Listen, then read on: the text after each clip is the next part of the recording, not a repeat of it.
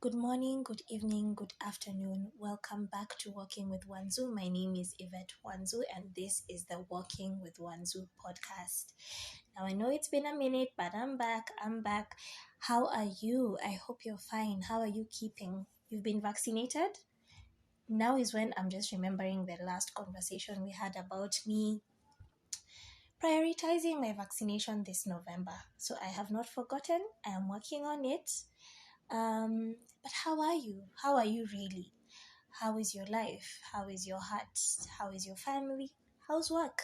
How are you generally? I hope you're all keeping safe. I am fine. I'm doing well, can't complain. I am incredibly loved, blessed, and I am just in I'm in a grateful space. I'm also in a very interesting space. There's something that I have been thinking about for a really long time, but it's something that I shy away from speaking about on many occasions. But here, what we do is we have conversations that are out of the ordinary. And even as we do just that, we have genuine conversations. So some of the things that we might say or discuss on here might be triggering, might be, a bit out of the norm, might make you uncomfortable. But at the end of the day, the truth is just that it's rarely beautiful, but it's necessary. And some conversations need to be had. And so this is it's a very big conversation. It's very broad.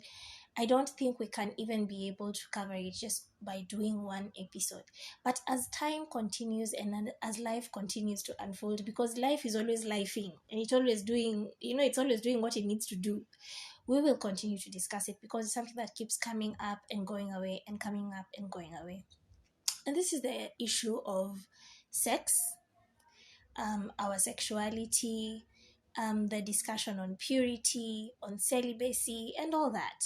And so, even just by introducing it, I'm sure you're able to tell that it's something really, really wide. But I want us to narrow down today because, to be honest, we can't possibly cover everything, but we can narrow down to this one thing that has really been weighing heavy on my mind.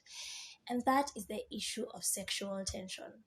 Now, I don't know about you, but I know about me. And growing up, the one thing that was really nailed and hammered in my wow, are we really talking about hammering in a discussion about sex? Yes, we are. And that is me being inappropriate. um so the one idea that was really hammered in my mind and in my heart, it was etched so deep, was that please, you need to be pure, you need to be a virgin, you need to stay away from sex. Then of course you went to conversations about soul ties and how sex is I don't know what and it's so special and you just need to do it in marriage. And of course the ultimate, sis, nobody's trying to have an unwanted pregnancy. And can you also just talk about STDs and STIs and also HIV? I mean, it's a lot. When you think of all the things that could come up just by being sexually active, then sometimes you would rather just stay on the safe part and just decide maybe that's something that I don't want to get into. And so I lost my virginity, or I had my first sexual experience, and I'm trying to unlearn that. What is this thing we are losing? There's nothing we are losing. You just had a sexual encounter with someone. So forgive me as I use some terms that may not necessarily be the best, but I am just trying to unlearn them as much as you are. And if you have unlearned them, please, this is us clapping for you. Kudos to you and well done, because we really need to, I love Bob Marley. And he said, "You emancipate yourself from mental slavery. Let's emancipate ourselves." Ooh, who would think that that would be a tongue twister? So let's liberate ourselves. Let's be open to airing our fears, and then now see what we can do to be able to just make things better. And so now I've lost my train of thought completely. Oh yes, I was talking about how I got how I had my first sexual encounter when I was 21. And let me tell you, I was prepared. I came ready. I was there. I texted my partner at 11 p.m. I was like, tomorrow is about to go down. We're going beyond the point of no return. Please come ready. And they, I mean, knowing how I am, Now, how that was a sensitive and big decision for me, I remember them telling me, sleep on it, think about it. If you feel the same way tomorrow, then text me in the morning and we'll plan around it. And I said, okay. And I texted them in the morning and I was like, I haven't changed my mind. I want to go all the way. And they were like, okay, let's do this. And so, being the planner that I am, sis pulled up in a white dress. I came ready. Of course, your bra and your panties were matching, and it was, I remember the panty I was wearing on that particular day, or should I say the underwear I was wearing, was it was one that was gifted to me, and I hadn't worn it for a very long time. In fact, it had just undergone like two wears, and I was like, yes, this is the one. This is the one for the occasion. And so I came, and after a bit of making out, and I was really tense, and I was easing into it. And and of course, I'm not about to give you all the details about my first sexual encounter on here, because that, my friends, is a story for another day. And do feel free to comment and let me know if that is a story that you would be interested in. In fact, maybe we could all just be able to share what our first sexual encounter was like. Was it what you dreamt of? Was it like a wow, oh wow, that happened kind of moment? How was it for you? And so I had my first sexual encounter at 21. And then I put a pause on it because honestly, I was doing it one out of curiosity. And then it just felt like in the moment, it just felt like at that particular time, it felt like what it was that I wanted to do. It felt right in that moment. And so I did. And then moving forward, of course, because it wasn't a very stable relationship, I started seeing the other person changing and morphing, because life is just that. People change, people either grow apart, grow together, life just happens. And so as we continue to drift apart, then I just felt like I wasn't comfortable having a sexual interaction with them. And so even the few moments that I actually did it, which is the one thing now that I regret, I did it out of but they want to, so let me just do it. But it wasn't I really want to kind of thing. And so over time that changed. And then of course after a while, I got my baby, my beautiful baby girl. And then now that is where I just put a pause on all things sexual. I was just like, yes, what they said was true. If you have sex, you'll get pregnant, this will happen and that will happen. And I was so scared. And I remember being so tense and so scared.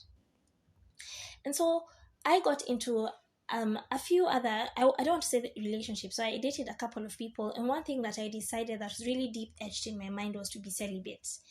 And I was celibate in the beginning, I was celibate for all the right reasons. One, I just wanted to, like, I just felt like my heart and my spirit and where I was at the time was not pure.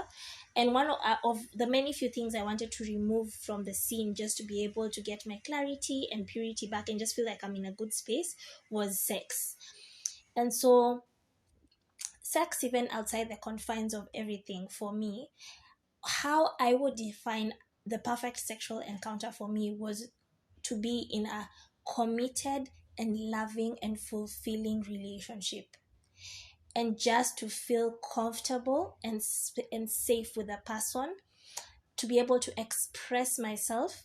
And that is to express myself, when I'm feeling kinky, when I'm feeling like I want to go beyond, when you just want to express yourself sexually, but also expressing your fears and saying, I would love to do this, I just don't know how to do it, or I am scared. Or even just to communicate and say, when I do this, do you like it? What would you like me to do to be able to make sure that you like it? And we're both having a mutual beneficial experience, even as we go through the sexual experience together, with whoever it is that you choose your partner to be with. And so that's something that I have been thinking about a lot. And a lot of conversations have come through about purity and how we view sex and sexual encounters. And I don't know about you, but I can speak for myself. And then we can, of course, go on to share and just discuss what it is that your opinion is. But for me, I don't think I'm saving myself for like a marriage kind of thing. What sex is to me is just, it needs to be in the confines of a very true and authentic commitment, and also a fulfilling one at that. And whoever I choose to have a sexual experience with should be just that for me. Should be safe, should feel like a safe space for me, should feel like home. And it shouldn't feel like the underlined issues, it shouldn't feel forced, it shouldn't feel rushed, it should just feel right in the moment.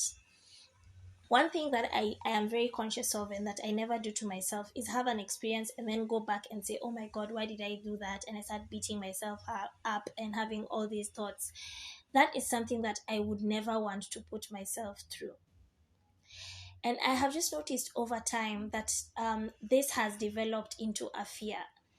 When I think about all the repercussions that come from having a sexual encounter with someone, of course there's pregnancy, of course there's diseases, and of course it's just that feeling of feeling like, was it the right time, or was I enough? Did I do enough? Were they pleasured, or did they feel like I'm a good sexual partner?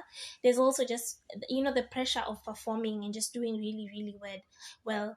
There's also just the pressure of feeling like, is that all they wanted? Now that we've had our sexual encounter, will they leave me? Was I just a conquest? And there's so many fears that surround it. And now, even as I look back on my celibacy journey, I'm seeing that there's a time I kind of lost sight of it all, and it was really based from a point of fear kind of perspective. And I'm so glad and so grateful for the person that I am seeing now, because they look at life with a very different scope. And the fact that me and them, I and them, can be able to have a very genuine and raw conversation, and to be able to unpack and just release and learn, and just, to be able to know, um what is it that makes me excited, what is it that makes me happy, what is it that makes me sad, what is it that makes me tick, what is it that I am truly genuinely afraid of. And so, even as I confront all these fears, one thing that I'm conscious about is to be able to unlearn anything that I may have learned around sex and sexual encounters that is toxic, and that is preventing me to be able to just open up and also to have a good sexual experience. The other thing that I am trying to do is to be able to be open and to voice, to say, I like this, I don't like that. Do you like this? Do you like that? What would you be open to me doing? What would you like to try? How can we work around it differently? And also to know when I just don't want to do it, and to say, no, I am not in the mood, or not today, or I'm not comfortable doing that just yet. Just to be able to communicate my feelings and to trust my gut, and to operate from a space of freedom and joy and peace, and not from a place of fear. And so I know we could go on and on and on. But I know I speak for many when I say sometimes we choose to stay away from sexual encounters because of the repercussions that come with it, which is justified and is completely right. But also sometimes we do it coming from a place of fear. And even in the religion aspect, you know how if you're a Christian and I am, we are encouraged to stay celibate, not to have, just sexual encounters all over the place, just to, just to stay celibate. That is really the primary message that is spoken to us. And I just want to say that no one wants to live in fear and tiptoe around things and ideologies. I would love, and that's something that I speak on very deeply and very truly in this podcast, to have everyone that listens to me, and even the listeners who are going to come, because I know we are going to be a flood up in this place. Hallelujah. um to know that you can function from a point of authenticity, from a point of trueness, and just listen to your deep inner self. And it will never fail you. It will tell you it's time. It will tell you no. It will tell you yes. It will tell you this feels right or this doesn't. And let's learn to be able to voice ourselves. And we are parents, most of us, and we are raising these children, and we continue to have these children that are just a gift. And as we go around and as we teach them, let us be keen not to give lessons on sex based on fears and misconceptions and the deadly, deadly repercussions. Let's learn to be able to do it from a point of, just expressing that sex is a beautiful thing. It's a form of expression. For me personally, it's the ultimate, because when you're in love with someone and you spend time with them and you go through life with them, sex for me is the ultimate. That's just the one thing that it seals the deal. It's like, this is just me giving myself to you and you giving yourself to me. And so it's very precious to me, almost sacred, I would say. But let's just, let's just approach it from a very authentic and natural space. And this is not to say that now we're encouraging people to just go and sleep with everyone and do the most. No, it's just do right by you, and whatever you do, do right. Yes. So this is me, just stepping out, and stepping out in boldness, stepping out even in fear as well, and just saying these are the misconceptions that I have about sex. I would love to unlearn them even with you. Do feel free to share with me some of the misconceptions that you have. Well, and just reach out to me on my Instagram handle. My name is Yvette Wanzu on Instagram. Do feel free to share this episode with your friends, family, and loved ones. And please just know that sex is just that. It is beautiful, it is amazing, it is a nice form of expression to be able to express yourselves to your loved one and to the person who you choose to engage with. I hope your week is going to be amazing, fabulous, all things niceness. And if you're going through a bit of a funk, I'm sending you lots of love and lots of hugs. And if you're winning at something, then keep winning. We see you and you're doing great. God bless you, love and light, and I will see you on the next one. Bye bye.